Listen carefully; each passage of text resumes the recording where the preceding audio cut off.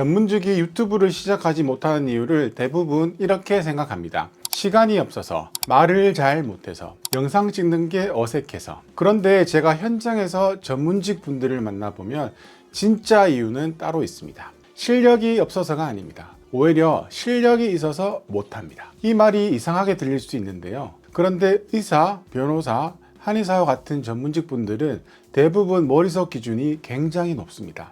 한 문장을 말하려고 해도 바로 이런 생각이 떠오릅니다. 이 표현은 너무 단정적인가? 예외가 있는데 이렇게 말해도 되나? 동료가 보면 뭐라고 하지? 괜히 수준 낮아 보이면 어떡하지? 결국 카메라 앞에서 말하는 게 아니라 머릿속에서 먼저 검토하고 판단하고 스스로를 멈추게 됩니다. 이게 전문직 유튜브의 첫 번째 장벽입니다. 아는 게 많기 때문에 더 조심스러워지는 겁니다. 저는 유튜브와 인스타그램 콘텐츠를 기획하고 제작하는 PD입니다. 단순히 영상을 찍고 편집하는 일을 하는 게 아니라 어떤 주제가 조회수로 터지고 어떤 메시지가 상담과 문의로 이어지는지 현장에서 계속 테스트해 왔습니다. 제가 제작한 인스타그램 콘텐츠 중에는 540만 뷰, 440만 뷰를 기록한 영상이 있었고, 최근 함께 시작한 원장님 계정은 영상을 올리자마자 200만 뷰, 100만 뷰 이상이 터졌습니다. 유튜브에서도 영상 4개만 올렸는데 25만 뷰 이상 나온 사례가 있었습니다. 그런데 제가 이 숫자를 보면서 더 확실히 느낀 게 있습니다. 전문직 유튜브는 말 잘하는 사람이 이기는 게임이 아닙니다. 그리고 조회수만 많이 나온 사람이 이기는 게임도 아닙니다. 진짜 중요한 건 고객의 문제를 정확히 짚고 그 사람이 다음 행동을 하게 만드는 구조입니다. 오늘은 제가 현장에서 본 기준으로 전문직이 왜 유튜브를 시작하지 못하는지, 그리고 실력이 있는데도 왜 컨텐츠를 못 만드는지 냉정하게 말씀드리겠습니다. 일반 사람들은 전문직을 보면 이렇게 생각합니다. 아는 게 많으니까 컨텐츠를 만들기 쉽겠네요. 하지만 현실은 반대입니다. 아는 게 많을수록 말하기 어려워집니다. 왜냐하면 모든 주제에 예외가 보이기 때문이죠. 어떤 사람에게 맞는 말이 어떤 사람에게는 틀릴 수 있습니다. 어떤 상황에서는 도움이 되는 조언이 어떤 상황에서는 위험할 수 있기 때문이죠. 그래서 전문직은 점점 더 안전한 말만 하게 됩니다. 정확한 진단은 전문가와 상담하세요. 개인마다 다를 수 있습니다. 상황에 따라 다릅니다. 물론 맞는 말입니다. 그리고 반드시 필요한 말이기도 합니다. 하지만 문제는 이 말만 반복하게 되면 컨텐츠에는 아무 힘이 없어진다는 겁니다. 시청자는 정보를 얻으려고 왔는데 결국 아무 판단 기준도 못 얻고 나갑니다. 그러면 조회수도 안 나오고 상담으로도 이어지지 못합니다. 전문직 컨텐츠가 어려운 이유는 여기에 있습니다.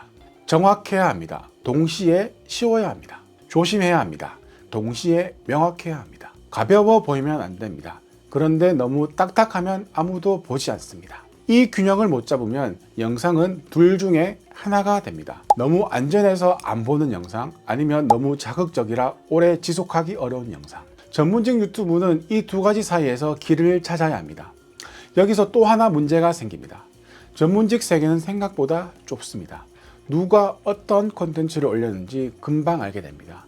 그리고 누군가는 꼭 이렇게 봅니다. 너무 가볍게 하는 거 아니야? 영업하려고 유튜브 하는 거 아니야? 전문가가 저렇게까지 해야 하나? 이런 시선 때문에 시작도 못하고 시작해도 지속을 못합니다. 심지어 이미 잘하고 있는 사람도 멈춥니다. 그런데 냉정하게 말하면 이 문제를 피하려고만 하면 유튜브는 절대 못합니다. 왜냐하면 컨텐츠는 본질적으로 공개된 말이기 때문이죠. 공개된 말에는 늘 반응이 있고 해석이 있고 반박 가능성이 있습니다. 그렇다고 아무 말도 안 하면 어떻게 될까요? 고객은 다른 사람의 컨텐츠를 봅니다. 내가 가장 정확하게 설명할 수 있는 문제를 덜 정확한 사람이 먼저 설명합니다. 그리고 시장은 그 사람을 전문가로 인식합니다. 이게 더 위험합니다. 전문직이 유튜브를 하지 않는 동안 고객은 검색을 멈추지 않습니다. 네이버에서 검색하고 유튜브에서 검색하고 인스타그램을 보고 블로그 후기를 봅니다. 그 과정에서 가장 먼저 이해하기 쉽게 설명해 준 사람을 신뢰하게 됩니다. 여기서 중요한 건 가장 실력 좋은 사람이 선택받는 게 아니라는 점입니다. 가장 쉽게 이해시켜 주는 사람이 먼저 선택받습니다. 이 말이 불편할 수 있습니다. 하지만 현실입니다. 실력이 아무리 좋아도 고객이 모르면 없는 것과 마찬가지입니다. 전문성이 아무리 깊어도 고객의 언어로 번역되지 않으면 전달되지 않습니다. 그래서 전문직 유튜브는 방향을 잘 잡아야 합니다. 조회수만 따라가면 안 됩니다. 대중이 좋아할 만한 자극적인 주제, 논란이 되는 제목, 너무 단정적인 메시지, 이런 방식은 잠깐 조회수는 만들 수 있습니다. 하지만 전문직에게는 독이 될 수 있죠.